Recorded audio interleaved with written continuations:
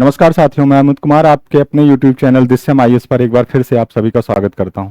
साथियों, मैंने पिछले सेशन में स्टोन एज की शुरुआत की थी, जिसमें मैंने एक छोटा परिचय दिया स्टोन एज का, उसके काल विभाजन को बताया। उसके बाद हमने निम्न पूरा पाषाण काल लोअर पेलियोलिथिक एज की शुरुआत की थी। तो एक बार फिर से उसी टॉपिक से लोअर पेलियोलिथिक एज से शुरू करते हैं और एक एक करके सारे इंपॉर्टेंट फैक्ट को देखते हुए आगे बढ़ते हैं। पाषाण काल को 3 कालों में बांटा जाता है, जैसा मैंने बताया था शुरुआत में। Palaeolithic age, Mesolithic age, Neolithic age. Palaeolithic age में जो ये इसका काल विभाजन है, माना जाता है मोटे तौर पे 6 लाख से लेके 10,000 ईस्वी पूर्व तक। पेलियोलिथिक एज में ही हमने निम्न पूर्व पाषाण युग की शुरुआत की थी और इसके फैक्ट को देखते हैं, इसका कैसे किया गया है, काल विभाजन कैसे किया गया है, कौन कौन से तथ्य हैं इसमें। तो इसका जो निम्न पूर्व पाषाण काल है, इसको 2 कालों में, मतलब 2 इसके सेक्शन बनाए गए हैं, वर्गीकरण किए गए हैं। एक चापर या चॉपिंग पेबुल संस्कृति, दूसरा एल्यूशियन संस्कृति। चापर या चॉपिंग या पेबुल संस्कृति जो है, ये सोहन नदी घाटी क्षेत्र में मिली है, जो कि पंजाब का क्षेत्र है। सोहन नदी घाटी के क्षेत्र में जो निम्न पूरा पाषाण काल के उपकरण मिले, जो कि चापर चॉपिंग, जिसे कि हिंदी में बोलेंगे गड़ासा, खंडक, उसके आधार पे, इन उपकरणों के आधार पे इसको चापर चॉपिंग संस्कृति में बांट दिया गया। एल्यूशियन संस्कृति, जो कि दक्षिण भारत में मद्रास में पल्लवरम, अत्तिरपक्कम, बदमदुरै, ये 3 मुख्य स्थल थे जहां से हैंड एक्स मिली। तो उस हस्त कुठार के आधार पे इसको एल्यूशियन संस्कृत कहा गया। एल्यूशियन संस्कृत इसलिए कहा गया क्योंकि ये जो उपकरण मिले, ये यूरोप में फ्रांस के एल्यूशियन से उनकी समानता थी, वहां के उपकरणों से, इसलिए इनको एल्यूशियन नाम दिया गया। इनकी जो खोज की थी, जैसा कि मैंने बताया था, सबसे पहला उपकरण पल्लवरम में 1863 में रॉबर्ट बूसफूट ने खोजा था हैंड एक्स को। पहला जो उपकरण मिला था वो हस्त कुठार था। उसके बाद इन्हीं के साथ थे प्रोफेसर किंग। प्रोफेसर किंग ने बाद में अत्तिरपक्कम और बदुमदरै से भी इनके उपकरणों की प्राप्ति की, जिसमें हस्त कुठार था और कुछ उपकरण थे। इन 2 प्रकार के उपकरण जो है मुख्य तौर पर मिलते हैं निम्न पूरा पाषाण काल से। एल्यूशियन संस्कृत को हैंड एक्स संस्कृति कहते हैं, जैसा कि मैंने बताया। इन तथ्यों की हमने चर्चा कर दी कि प्रोफेसर किंग ने बदमदुरै और अत्तिरपक्कम से प्राप्त किया। इसके पहले रॉबर्ट ब्रूसफूट ने पल्लवरम से प्राप्ति की थी हैंड एक्स की। ठीक है, इस वजह से चूंकि पहला इसका जो स्थल मिला मद्रास में मिला, तमिलनाडु के, इसलिए इसको मद्रासी संस्कृति भी कहा जाता है। यहां पे क्लीवर, स्केपर और कोड भी मिलते हैं, मतलब हैंड एक्स और चॉपिंग चॉपर, इनके अलावा क्लीवर, स्केपर और कोड भी मिले हैं इस निम्न पूरा पाषाण काल के उपकरणों में। देखिए, ये एक बार हम देख लेते हैं। ये जो उपकरण है और इसको, इन दोनों में एक बार हम अंतर देख लेते हैं, क्या है, इनका नाम क्या है। जैसे ये, इसमें देखिए दोनों साइड धार है। चॉपिंग और चॉपर का अगर हम अंतर बताएं, चॉपिंग चॉपर, तो जो चॉपिंग होता था उसमें दोनों साइड धार होती थी पत्थरों को। बेसिकली ये नदी के पत्थर होते थे, गोलाश पत्थर होते थे, नदियों से निकाल के लाए गए। नदियों के पानी के कटाव से एक तरफ स्वतः उनमें धार बन जाती थी, उसी को थोड़ा और घिस के, उसी धार को देखिए, पहले यहां पे ये चॉपिंग बनाया गया, उसी धार को थोड़ा और एक साइड घिस दिया जाता था। तो एक तरफ जो धार होती थी उसे चॉपिंग बोलते थे, और जब उसी को दोनों साइड से धार बना दी जाती थी तो उसे चॉपर बोलते थे। चॉपिंग यानी कि ये था गड़ासा, हिंदी में बोलते थे इसे, और ये खंडक बोलते थे इसे। इसी तरह से आप ये देखिए, ये हैंड एक्स के इमेज है, हस्त कुठार जो मिली थी, उसके एक तरफ से इसे ये धार होती थी, जिसका इस्तेमाल करके वो जानवरों को मारने, काटने, उनकी खाल छीलने में इस्तेमाल करते थे। अब इसके क्षेत्र को देखते हैं। ये जो निम्न पूरा पाषाण काल के उपकरण कहां कहां से मिले हैं, इनके क्षेत्र विस्तार को देखते चलते हैं। प्रश्न अक्सर बनता रहता है कि कौन सा उपकरण कहां से मिला है, किस क्षेत्र से, या ऐसे प्रश्न बन जाता है कि ये फला जो क्षेत्र है वो किस काल से संबंधित है। तो इसलिए हम लोग इसको ध्यान से देखेंगे। देखिए, जैसे मैंने चर्चा की थी, उत्तरी क्षेत्र, यहां सोहन संस्कृति जो है निम्नपुरा पाषाण काल से संबंधित है, ध्यान रखिएगा, ऐसे ही प्रश्न बन जाएगा। सोहन जो है ये सिंधु की सहायक नदी है। ये जो क्षेत्र था, यहां पे जो नदी थी वो जम गई थी। सोहन नदी के जमाव से एक जमी हुई झील, जिसे करेवा झील कहेंगे, उसका निर्माण हो गया था। इन सब की मैंने चर्चा कर दी है। पेबुल, चापर, चापिंग, हैंडेक्स उपकरण मिले हैं। हाँ, अब देखिए यहां से एक इंपॉर्टेंट फैक्ट आता है। 1928 में डीएन वाडिया ने सोहन घाटी में सबसे पहले उत्खनन किया, इसलिए इन्हें सोहन घाटी का पितामह कहा जाता है। सोहन घाटी में जहां से निम्नपुरा पाषाण काल का चापर चापिंग उपकरण मिला है, जिसे सोहन संस्कृति भी नाम दिया गया है, उसको सबसे पहले उसका उत्खनन कराया था डीएन वाडिया ने।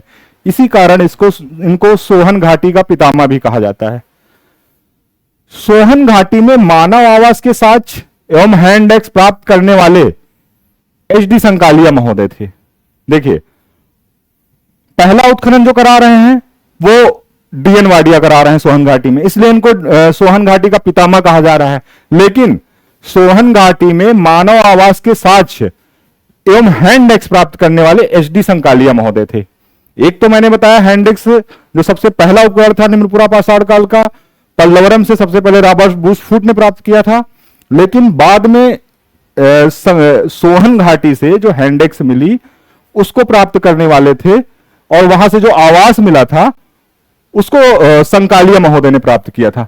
तो ये ध्यान रखिएगा, क्योंकि अगर बहुत डिटेल में जाके प्रश्न बनता है तो पूछ सकते हैं कि सोहन घाटी से जो हस्त कुठार मिली थी उसको किसने खोजा था। मानव आवास जो मिले थे सोहन घाटी क्षेत्र से, उनका उत्खनन, उसके खोजकर्ता कौन थे, तो ये ध्यान रखिएगा, एच.डी. संकालिया थे।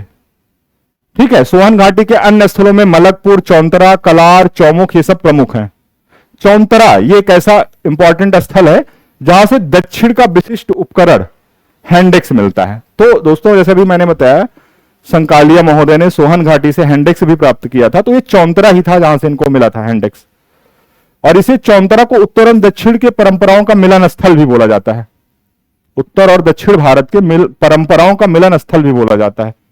एक इंपॉर्टेंट फैक्ट यहां मिल रहा है। अब हम मध्य प्रदेश के स्थलों को देखते हैं, निम्नपुरा पाषाण काल के ऐसे स्थल जो मध्य प्रदेश से मिले हैं। तो मध्य प्रदेश में अरुण सोनकिया उत्खनन करवा रहे हैं, जिनको प्राप्त हो रहा है मध्य प्रदेश के होशंगाबाद जिले में स्थित हथनोरा से मानव कपाल और हाथियों का जीवाश्म प्राप्त हुआ। दोस्तों, ये बहुत ही महत्वपूर्ण फैक्ट है, बहुत बार प्रश्न बने हैं इसमें, यूपी पीसीएस में बने हैं, एमपी पीसीएस में, बिहार पीसीएस में, हर जगह प्रश्न बनता रहा है कि वह कौन सा ऐसा प्राचीनतम स्थल है जहां से सबसे पहले मानव जीवाश्म प्राप्त हुए हैं, तो वो हथनोरा है। यह है मध्य प्रदेश के होशंगाबाद जिले में निम्नपुरा पाषाण कालीन स्थल है, जिसका उत्खनन कराया था अरुण सोनकिया ने। ठीक है, ये ध्यान रखिएगा। सोन घाटी, सोन घाटी क्षेत्र ये भी निम्नपुरा पाषाण काल से संबंधित है। इसके बाघोर से पशुओं के जीवाश्म एवं वेदिका की आकृति मिलती है। ये बाघोर अभी हम लोग आगे जब पढ़ेंगे तो मध्य पाषाण काल में भी बहुत इंपॉर्टेंट है, जहां से पशुपालन का साक्ष्य मिलने लगता है। लेकिन अभी यहां से पशुओं के जो जीवाश्म मिले हैं सोन घाटी के बाघोर से, वो हैं निम्नपुरा पाषाण काल के सबसे प्राचीन। नरसिंहपुर एवं सीहोर भी मध्य प्रदेश के प्रमुख पाषाणिक स्थल हैं। तो ये ध्यान रखिएगा, प्लेस पूछ सकता है। बाघोर, नरसिंहपुर, सीहोर, ये सब मध्य प्रदेश के निम्नपुरा पाषाण काल के स्थल हैं।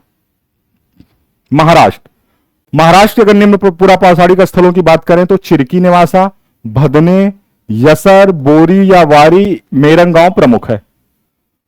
बोरी में जो है, बोरी में निम्नपुरा पाषाण काल की प्राचीनतम तिथि ज्ञात की गई है। बोरी में यहां से निम्नपुरा पाषाण काल की सबसे प्राचीनतम तिथि मिली है। दक्षिण क्षेत्र, दक्षिण के क्षेत्र में कर्नाटक के हुड़सगी, आंध्र प्रदेश के गिदलूर, नेल्लोर, करीमपुरी, तमिलनाडु के इन सब की चर्चा तो बार बार हो रही है, पल्लवरम की, अत्तिरपक्कम की, बद मदुरई की, जहां से हैंडेक्स मिल रही है। चिंगलपेट, मानाजाकारम, थोड़ा सा अटपटे नाम है तो आप लोगों को याद करने में दिक्कत हो सकती है। गुडियम गुफा, ये सारे स्थल दक्षिण भारत में निम्न प्राक काल से संबंधित हैं, जहां पे इस काल के उपकरण मिले हैं। पश्चिम बंगाल के क्षेत्र में भी देख लेते हैं तो वाकुड़ा, पुरुलिया, वीरभूमि, मिदनापुर, ये सारे निम्न प्रापाषाणिक स्थल हैं पश्चिम बंगाल के। आगे बढ़ते हैं। मध्य पुराकाशाल काल, इसे बोलेंगे मिडिल पेलियोलिथिक एज।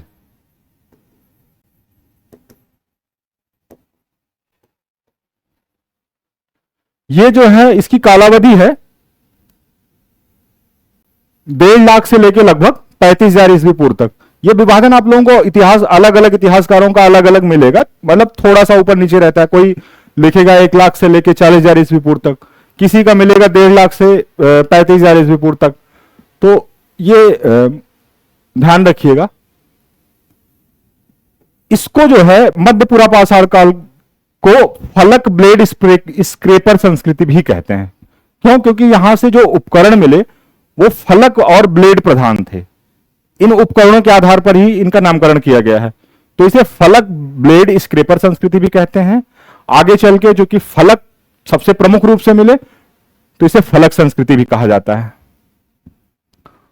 ये उपकरण जो थे ये पश्चिमी यूरोप की मस्तूरियन संस्कृति से भी प्राप्त हुए हैं।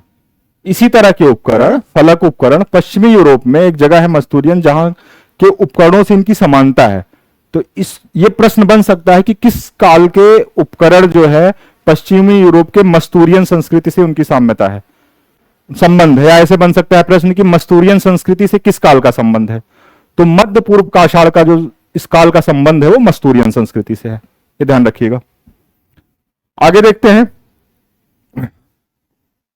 महाराष्ट्र में स्थित निवासा इस संस्कृति का प्रारूप स्थल है। प्रारूप स्थल इसलिए है निवासा क्योंकि सबसे पहले इसी की मध्य पुरापाषाण काल में निवासा का ही उत्खनन सबसे पहले हुआ था, जिसे कि एच.डी. संकालिया ने किया था। निवासा का एच.डी. संकालिया,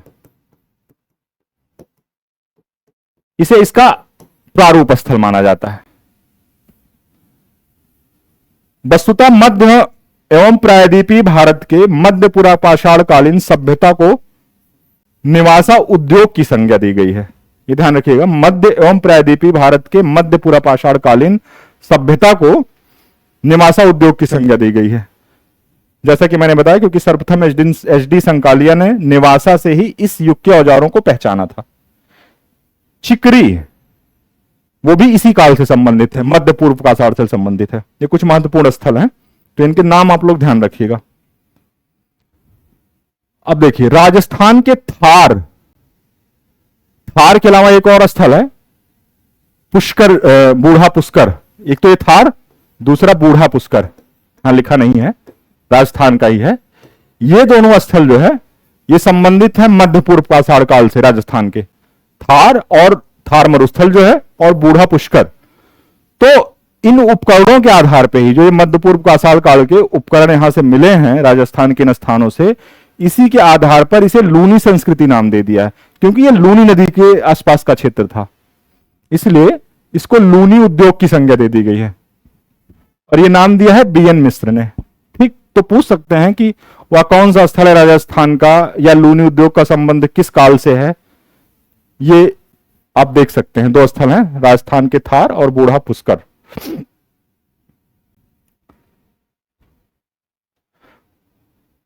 गंगा नदी मैदान में मानव सभ्यता के सर्वाधिक पुरातन अवशेष कालपी से मिलते हैं। जो गंगा नदी का मैदानी क्षेत्र है उसमें अगर जाएंगे तो सर्वाधिक पुरातन अवशेष कालपी से मिल रहा है। ठीक,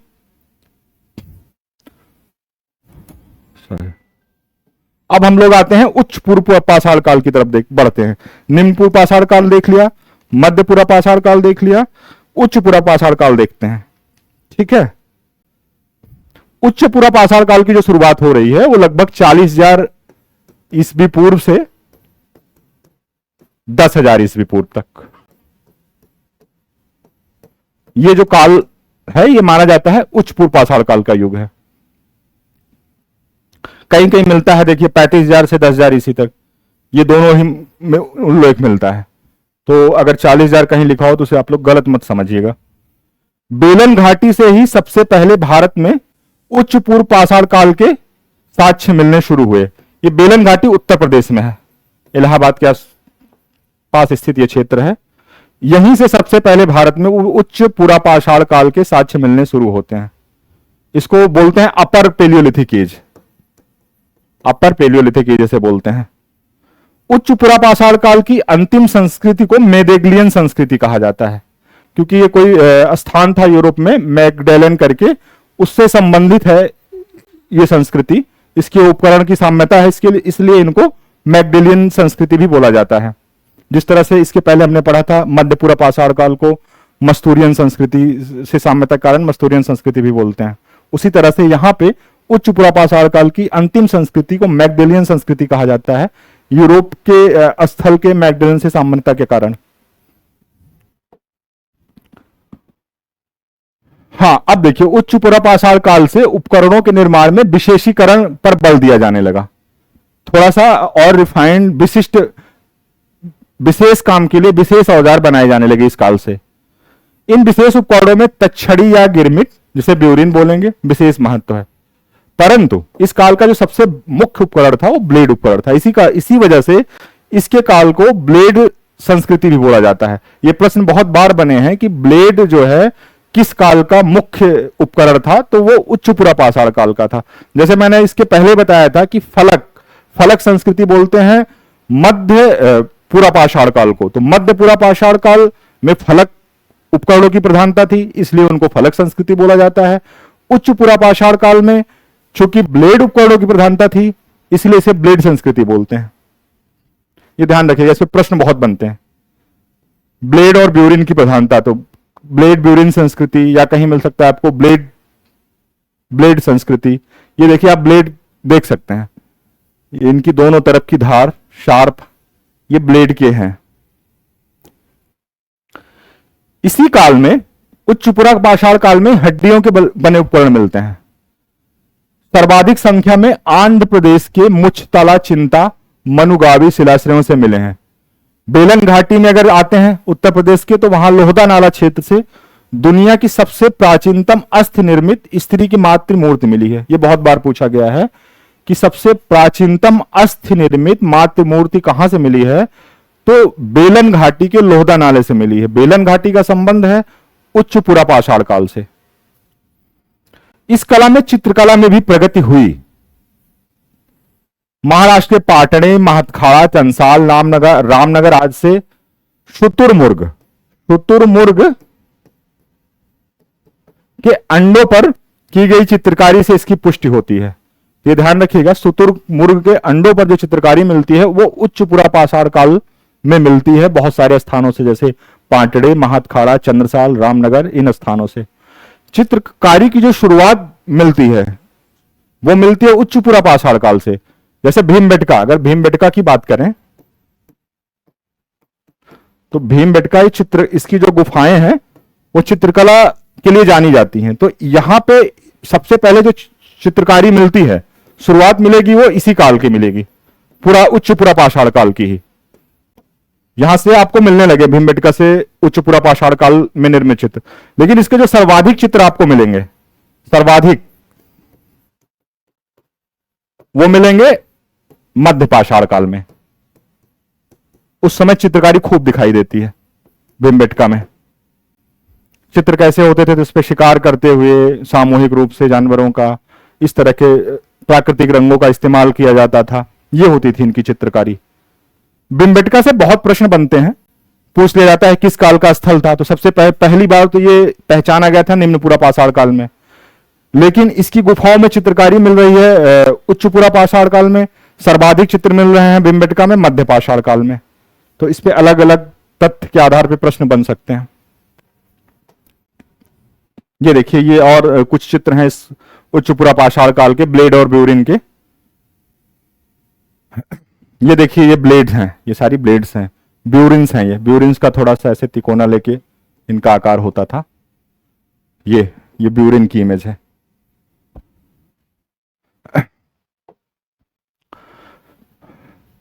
शुतुरमुर्ग के अंडे पर की गई चित्रकारी, जैसा कि पिछले फैक्ट में हम लोग जिक्र कर रहे थे, कई जगहों पे मिली है, लेकिन उनमें सर्वप्रथम 1860 में यूपी के बांदा जिले के केन नदी तट पर प्राप्त हुई। बहुत जगहों से प्राप्त हुई शुतुरमुर्ग की चित्रकारी, लेकिन जो सबसे पहली चित्रकारी प्राप्त हो रही है 1860 में यूपी के बांदा जिले के केन नदी तट पर।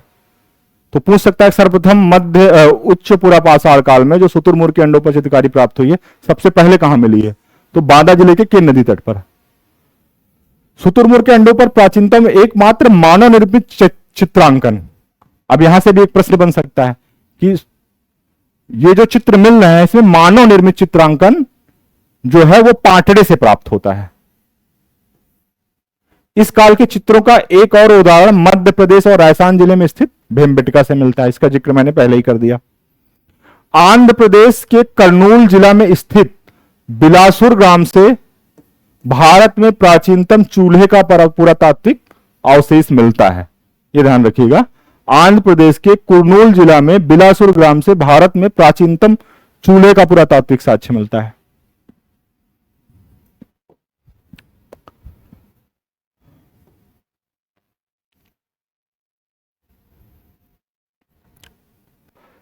अब हम लोग आते हैं मध्य पाषाण काल में।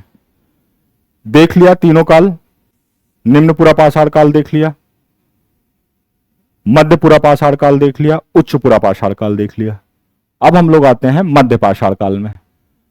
मध्य पाषाण काल जो है इसके जो दो बहुत ही महत्वपूर्ण स्थल हैं, आदमगढ़ एवं बागोर। आदमगढ़ है मध्य प्रदेश में, बागोर है राजस्थान में। जो ऐसे स्थल हैं जहां से पशुपालन के प्राचीनतम साक्ष्य मिले हैं। ये बहुत बार पूछा गया है कि बागोर और आदमगढ़ से पशुपालन के साक्ष्य जो मिले हैं वो किस काल के हैं। आप ऐसे प्रश्न बन जाता है कि पशुपालन का जो प्राचीनतम साक्ष्य है वो कहां से मिला है, तो मध्य पाषाण काल का है। इस काल की जो शुरुआत है वो 10,000 ईस्वी पूर्व से मानी जाती है। और इस काल के जो उपकरण हैं उनको लघु उपकरण बोला गया है, क्योंकि वो बहुत ही सूक्ष्म उपकरण थे, माइक्रोलिथिक थे वो। इन्हीं माइक्रोलिथिक उपकरणों के आधार पर ही इसको जो है लघु उपकरण का काल कहा जाता है। और ये सबसे पहले बिंद क्षेत्र में खोजा था सीएल कार्नाइन ने 1867 में इन लघु उपकरणों को। मध्य पाषाण काल के जो लघु उपकरण हैं सबसे पहले सीएल कार्नाइन ने बिंद क्षेत्र से खोजा था। ठीक है, ये कुछ ऐसे इनकी साइज होती थी, तिकोना लिया हुआ, ऐसे इस तरह के होते थे। ये अलग अलग शेप में ये बने होते थे, किनारे इनकी धार होती थी एक साइड। भारत में महाराष्ट्र के चालीसा गांव के निकट पाटने से प्राचीन लघु पाषाण उपकरण मिलते हैं। ये ज्यामितीय आधार पर बने हैं, ये ध्यान रखिएगा। महाराष्ट्र के 40 गांव के निकट पाटने से जो लघु पाषाण उपकरण मिले हैं वो ज्यामितीय आधार पर बने हैं। इसमें से चंद्राकार, अंधचंद्राकार, त्रिभुजामुखी, समलंग, चतुर्भुजी, चतुर्भुजी, इस तरह के इस पे इनकी जो आकृति है, मतलब ऐसे इस तरह के अर्धचंद्राकार ऐसे बने मिलेंगे, त्रिभुजाकार। तो इस तरह के इनकी वो है ज्यामितीय आकृति है। और ये जो बने हैं ऊपर, ये क्वार्ट्ज पत्थरों से बने हैं। इनमें जो है क्वार्ट्ज पत्थरों का नहीं, सॉरी, यहां पे देखिए पुरापाषाण काल में, पुरापाषाण काल में जो उपकरण बने थे वो क्वार्ट्ज पत्थरों से बने थे। लेकिन मध्य पाषाण काल में जो उपकरण बन रहे हैं उनमें चैलसिडनी की प्रधानता है। पुरापाषाण काल में निम्न पुरापाषाण काल, मध्य पुरापाषाण काल, उच्च पुरापाषाण काल, तीनों ही कालों के उपकरणों में क्वार्ट्ज पत्थरों की प्रधानता थी। मध्य पाषाण युग के उपकरणों में चैलसिडनी, कैलसिडनी, ये दोनों ही एक ही नाम है, इनकी प्रधानता है। ये ध्यान रखिएगा। तो पूछ सकता है, ऐसे प्रश्न बन सकता है कि क्वार्ट्ज पत्थरों की प्रधानता किस काल के उपकरणों में है, तो निम्न पुरापाषाण काल के उपकरणों में है। मध्य पाषाण काल के उपकरण जो है वो किससे बने हैं, तो वो चैलसिडनी या कैलसिडनी की प्रधानता मिलती है मध्य पाषाण काल के उपकरणों में। ये ध्यान रखिएगा, ऐसे ही प्रश्न बनते हैं स्टोन एज से। मध्य पाषाण काल में उपकरणों का जो निर्माण हो रहा है, चैल्सिडनी के अलावा जैस्पर, चार्ट, फ्लिंट, क्वार्टजाइट का भी इस्तेमाल हो रहा है, लेकिन मुख्य तौर पे इसी का हो रहा है, कैल्सिडनी या चैल्सिडनी का। हां, एक और इंपॉर्टेंट फैक्ट यहां है, धनुष बाण जो है सबसे पहले इसी काल में देखने को मिलता है, मध्य पाषाण काल में ही धनुष बाण सबसे पहले देखने को मिलता है। भारत में मानव अस्थिपंजर भी सर्वप्रथम इसी काल से, अस्थिपंजर जो मिला है किसी मानव का, जैसे पिछले एक कक्षा में मैंने बताया कि लोहदा नाला से पूरा पाषाण काल में आप देखेंगे तो मातृ देवी की वो मूर्ति मिली है जो अस्थि से बनी है, लेकिन मानव का जो अस्थिपंजर है वो सब भारत में सबसे पहले मिल रहा है तो मध्य पाषाण काल में मिल रहा है।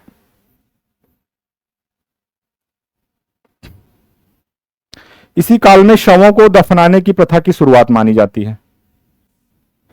ठीक, शवों को दफनाना जो है मध्य पाषाण काल से ही शुरू हुआ। प्रसार क्षेत्र इनके देख लेते हैं। राजस्थान में लसुआ, बागोर, तिलवाड़ा, सोजात, जाडन, कनवास, धनेड़ी, ये प्रमुख मध्य पाषाण कालिक स्थल हैं। इन सबको आपको याद करना पड़ेगा। बागोर बहुत चर्चित है, पशुपालन का साच राजस्थान का स्थल था। बनास की सहायक कोठारी नदी पर स्थित है ये बागोर, ये सबसे बड़ा भारत का मध्य पाषाणिक स्थल है। यहां से जो टीले मिले हैं उनको महाशनी कहा जाता है। बीएन मिश्र ने इसका उत्खनन कराया था, ये इंपॉर्टेंट फैक्ट है। बागोर का उत्खनन किसने कराया था? बीएन मिश्र ने कराया था। इसी तरह से भीमबेटका है जो कि मध्य पाषाण काल, उच्चपुरा पाषाण काल सबसे संबंधित है। इसका जो उत्खनन था वो वीएस वाकडकर ने करवाया था, भीमबेटका का। ये बहुत बार पूछा गया है। पशुपालन एवं चैल्सिडनी औजारों के साक्ष्य यहां से मिले हैं। ठीक, चैल्सिडनी तो जैसा कि मैंने बताया इस काल का प्रमुख औजार था, मध्य पाषाण काल का। बागोर से 4 मानव कंकाल मिले हैं, ये भी ध्यान रखिएगा। पशुपालन के साक्ष्य के अलावा 4 मानव कंकाल, इस तरह से यूपीपीसीएस में बहुत पूछता है 2 मानव कंकाल कहां मिले हैं, 3 मानव कंकाल कहां मिले हैं, 4 कहां मिले हैं। तो बागोर से 4 मानव कंकाल मिले हैं। एक मानव कंकाल के गले में 36 गुड़ियों की बनी हुई माला पड़ी हुई है, ये ध्यान रखिएगा। गुजरात में मध्य पाषाण का सबसे जो प्रमुख स्थल है वो लंघनाज है। यहां 14 मानव कंकाल एवं तांबे का चाकू मिला है। 2 इंपॉर्टेंट फैक्ट इसमें है। गुजरात का लंघनाज वो है मध्य पाषाण काल का स्थल है। वहां से मिला क्या है? तो लंघनाज से 14 मानव कंकाल एवं तांबे का चाकू मिला है। महाराष्ट्र में खंडीवली मध्य पाषाणिक स्थल है, खंडीवली। ठीक, गुजरात में लंघनाज, महाराष्ट्र में खंडीवली मध्य पाषाणिक स्थल है। अब दक्षिण क्षेत्र में आते हैं। आंध्र प्रदेश में स्थित नागार्जुनी कोंडा, गिलूर, रेडीगुंटा, कर्नाटक में मंगनकल्लू, जलहल्ली, टोरापुर दोआ प्रमुख मध्य पाषाणिक स्थल हैं। ठीक है, मध्य क्षेत्र में देख लेते हैं। मध्य प्रदेश का जम्बू द्वीप एवं जोरोथी द्वीप शिलाश्रयों, होशंगाबाद जिले में स्थित आदमगढ़ शिलाश्रयों एवं भीमबेटका में मध्य पाषाण काल के उपकरण मिलते हैं। जम्बू द्वीप एवं जोरोथी द्वीप शिलाश्रयों, होशंगाबाद स्थित आदमगढ़ शिलाश्रयों में एवं भीमबेटका में मध्य पाषाण काल के उपकरण मिलते हैं। ये मध्य क्षेत्र की बात हो रही। वीएस वाकंकर ने भीमबेटका से इस काल के उपकरण और अंत्येष्टि विधि का पता लगाया। इन्होंने इसका उत्खनन भी कराया था, इन्होंने ही। पूर्वी क्षेत्र, बिहार में भागलपुर, राजगीर, पश्चिम बंगाल में बीरभानपुर, उड़ीसा में कुचाई, सुंदरगढ़ एवं धेनन काल से मध्य पाषाण कालिक उपकरण मिले हैं। ये सब आपको याद करने पड़ेंगे। मेन जो प्लेस है ध्यान रखिएगा, पूछ लेता है।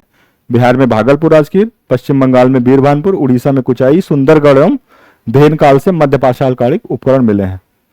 बीरभानपुर का उत्खनन जो है बीबी लाल ने कराया था। ये इंपॉर्टेंट फैक्ट है, इसलिए मैंने इसको यहां पे मेंशन किया है। बीरभानपुर का उत्खनन बीबी लाल ने कराया था। उड़ीसा का स्थल है ये, सॉरी पश्चिम बंगाल। ऊपरी बिंद क्षेत्र उत्तर प्रदेश, इसमें मिर्जापुर के मोहराना पहाड़, भगही खोर एवं लेखैया शिलाश्रय प्रमुख स्थल हैं। मिर्जापुर का अब जैसे जो उत्तर प्रदेश के स्थल हैं तो यूपी पीसीएस के लिए ज्यादा महत्वपूर्ण हो जाते हैं कि कौन कौन से ऐसा स्थल हैं यूपी के जो मिले हुए हैं ऐसी साइट्स स्टोन एज में, तो उस पर ज्यादा ध्यान रखिएगा आप लोग। मिर्जापुर का मोराहना पहाड़, बगहीकोर, लिखैया शिलाश्रय, ये प्रमुख स्थल हैं जो कि विंध्य क्षेत्र में मिले हैं, उत्तर प्रदेश के ऊपरी विंध्य क्षेत्र में। लिखैया का जो उत्खनन है वो बीडी मिश्र ने कराया है। बीरभानपुर बिहार का जो स्थल है पश्चिम बंगाल का, इसको बीबी लाल ने कराया है। लहुरा देव, ये बहुत इंपॉर्टेंट है, इससे कई बार प्रश्न बने हैं लहुरा देव से। तो ये यूपी के संत कबीरनगर जिले में स्थित है। ये माना जाता है कि अभी तक जब तक ये नहीं मिला था स्थल तो माना जाता था मेहरगढ़ ही ऐसा स्थल है जहां से कृषि का प्राचीनतम साक्ष्य मिलता है, लेकिन लहुरा देव की खोज होने के बाद यह माना गया कि कृषि का प्राचीनतम स्थल लहुरा देव से मिला है, ना कि मेहरगढ़ से। इसलिए ये बहुत इंपॉर्टेंट हो जाता है कहां, ये संत कबीर नगर में स्थित है, ये ध्यान रखिएगा। चावल का प्राचीनतम साक्ष्य यहां से मिला है। जो मेहरगढ़ का कृषि का साक्ष्य है वो 7000 ईस्वी पूर्व का है, और ये जो लहुरा देव का है ये 9000 ईस्वी पूर्व का है, उससे लगभग 2000 ईस्वी पूर्व पुराने। इससे बहुत बार प्रश्न बना है। चोपनी मांडो, भांडो है ये वैसे तो, चोपनी मांडो लिखा है। इस स्थल इलाहाबाद में स्थित इस स्थल को बीडी मिश्रा ने खोजा था। यहां पे बस्तियों के अवशेष मिले हैं चोपनी भांडों से। इसके अलावा यहां पे जंगली चावल, हस्त निर्मित मृदभांड और अन्नागारों के साक्ष्य मिले हैं, ये ध्यान रखिएगा। जंगली चावल, हस्त निर्मित मृदभांड और अन्नागारों के साक्ष्य मिले चोपनी भांडों से। एक और इंपॉर्टेंट फैक्ट है, ये पूछा भी गया है कि चोपनी भांडों को जो है पूरा पाषाण काल तथा मध्य पाषाण काल के बीच की संक्रमण अवस्था का प्रतीक भी माना जाता है। संक्रमण अवस्था वो अवस्था होती है जहां से हम एक अवस्था से या एक काल से दूसरे काल में प्रवेश करते हैं, तो इसको माना जाता है कि यहां से लोगों के उपकरणों के उपयोग में, रहन सहन में परिवर्तन आना शुरू हुआ। चोपनी मांडो से यहीं से जो है पूरा पाषाण काल से मध्य पाषाण काल में संक्रमण की अवस्था मिल रही है। प्रतापगढ़ जिले से सराय नाहर, महदहा, दमदमा प्रमुख मध्य पाषाण कालिक स्थल हैं। सराय नाहर ये बहुत इंपॉर्टेंट है, महदहा भी। इन सबके अभी फैक्ट देखते हैं। सराय नाहर सबसे पहले देखते हैं। इस स्थल को केसी ओझा ने खोजा था। 14 समाधान एवं 8 गर्त चूल्हे, ये सारे इंपॉर्टेंट फैक्ट्स हैं। 14 समाधान, 8 गर्त चूल्हे प्राप्त हुए यहां से। यहां एक कब्र में एक साथ 4 मानव कंकाल दफनाए गए हैं। ये ध्यान रखिएगा आप लोग, कहां 4 कहां 9 ये सब पूछ लेता है। सराय नाहर में एक साथ 4 मानव कंकाल दफनाए गए हैं। केसी ओझा ने इस स्थल को खोजा है। 14 समाधान और 8 गर्त चूल्हे यहां से मिले हैं। महदहा, महदहा है ये। युग्मित समाधान, युग्मित समाधान मिला है यहां से, समाधि मिली है युग्मित। स्त्री पुरुष को साथ साथ दफनाने का साक्ष्य भी मिला है महदहा से। युग्मित समाधान अर्थात स्त्री पुरुष को साथ साथ दफनाने का साक्ष्य। 13 कंकाल मिले यहां से जो कुंडल एवं माला पहने हुए हैं, जो कि सींग एवं श्रृंग निर्मित हैं। ये जो सींग और श्रृंग है ये मृग सींग से बना है। तो कई बार ये भी प्रश्न आया है तो मृग श्रृंग के छल्लों की आकृति कहां से मिली है, तो ऐसे भी प्रश्न बने हैं, तो महदहा से मिले हैं। कि जो एक कंकाल मिले हैं इसमें कुंडल एवं माला है, ये जो है सींग एवं श्रृंग निर्मित हैं, जो कि हिरण के उससे बने हैं, सींगों से। दमदमा 41 मानव समाधान, बहुत बड़ी संख्या है, ध्यान रखिएगा। दमदमा से 41 मानव समाधान मिले हैं। 13 कंकाल कहां से मिल रहे हैं, तो महदहा से। एक ही कब्र से 3 मानव कंकाल, इसे त्रिमानव समाधि बोलते हैं। तो ऐसे पूछ सकता है कि त्रिमानव समाधि कहां से मिली है, तो वो दमदमा से मिली है। हाथी दांत का लटकन लॉकेट मिला है दमदमा से। त्रिमानव समाधि और हाथी दांत का एक लॉकेट मिला है जो कि हाथी दांत का बना है। मध्य पाषाण युगीन स्थलों से प्राप्त जानवरों के साक्ष्य देख लेते हैं। गुजरात के लोटेश्वर, रतनपुर, कनेवल, लंगनाज, राजस्थान के बागोर, तिलवाड़ा मध्य प्रदेश के आदमगढ़ एवं भीमबेटका, उत्तर प्रदेश के सरायनाहर, दमदमा, महदहा एवं चोपनी मांडो, ये हैं जानवरों के जहां साक्ष्य मिले हैं मध्य पाषाणकालीन स्थल से। इतने सारे नाम हैं, थोड़ा टिपिकल भी हैं, आप लोग थोड़ा सा बोर भी हो सकते हैं, पर ये हैं इंपॉर्टेंट, प्रश्न बनते हैं यहां से, इसलिए आप लोग कोशिश करिएगा इसको तैयार करने की। गुजरात एक बार फिर से देख लेते हैं जानवरों के साक्ष्य कहां से मिल रहे हैं। गुजरात के लोटेश्वर, रतनपुर, कनेवल, लंगनाज, राजस्थान के बागोर, ये तो बहुत बार पूछा गया है। तिलवाड़ा मध्य प्रदेश के आदमगढ़, ये दोनों तो पूछे ही जाते रहते हैं, राजस्थान का बागोर और आदमगढ़ मध्य प्रदेश का, ये दोनों स्थल पूछे ही जाते रहते हैं। इसके अलावा भी हैं, उसको भी ध्यान में रखिएगा, पूछ सकते हैं, जैसे भीमबेटका, यहां से भी जानवरों के साक्ष्य मिले हैं। सरायनाहर, दमदमा उत्तर प्रदेश का सरायनाहर, मादहा, चोपनी मांडो। हाँ, एक और स्पेशल फैक्ट, ऊंट की हड्डियों की प्राप्ति मध्य पाषाण काल में हुई है कनेवल से। ठीक, मध्य पाषाण काल का मानव जीवन, तो जो भीमबेटका के जो शैल चित्र हैं गुफाओं के अंदर जो बने हैं, उसके आधार पर हम इनके मानव जीवन का अंदाजा लगा सकते हैं कि अभी भी ये लोग खाद्य उत्पादक नहीं बन पाए थे, खाद्य संग्राहक ही थे, शिकार करते थे, सामूहिक रूप से झुंड में शिकार करते थे जानवरों का।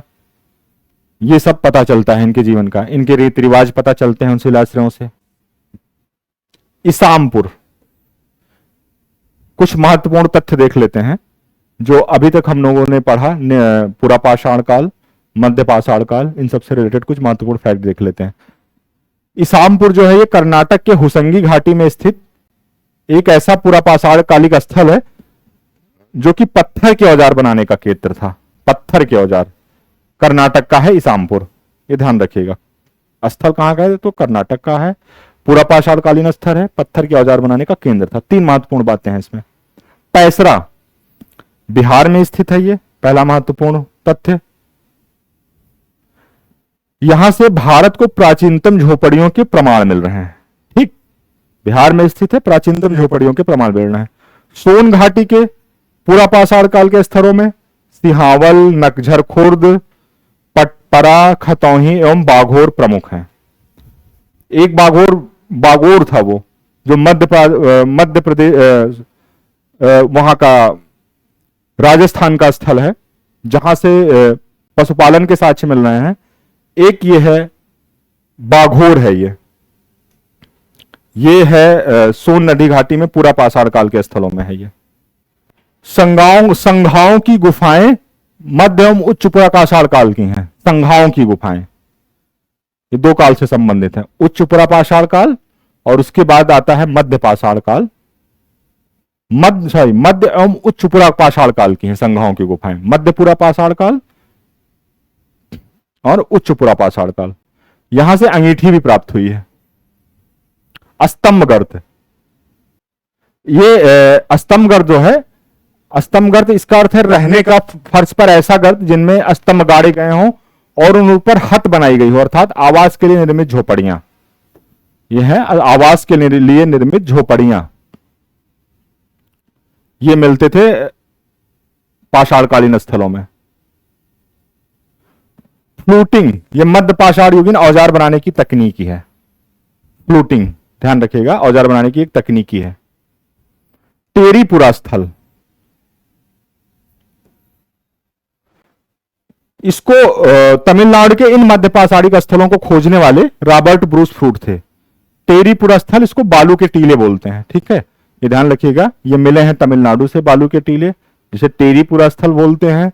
इसको जो खोजने वाले थे रॉबर्ट ब्रूस फ्रूट, वही रॉबर्ट ब्रूस फ्रूट जिन्होंने निम्न पूरा पाषाण काल में पल्लवरम से हैंडेक्स खोजा था, वही रॉबर्ट ब्रूस फ्रूट है ये। ठीक, प्राकृतिक गर्तावास, ये गुहावास यानी गुफाएं। गुफाओं की प्राप्ति कुरनूल, सांगाओं एवं भीमबेटका जैसे स्थलों से हुई है। ये जो गुफाएं होती थी, इसको उस टाइम के मानव, पाषाण काल के मानव आवास स्थल के रूप में यूज करते थे। तो प्राकृतिक जो गुफावास थे वो कुरनूल, सांगाओं एवं भीमबेटका जैसे स्थलों से मिले हैं।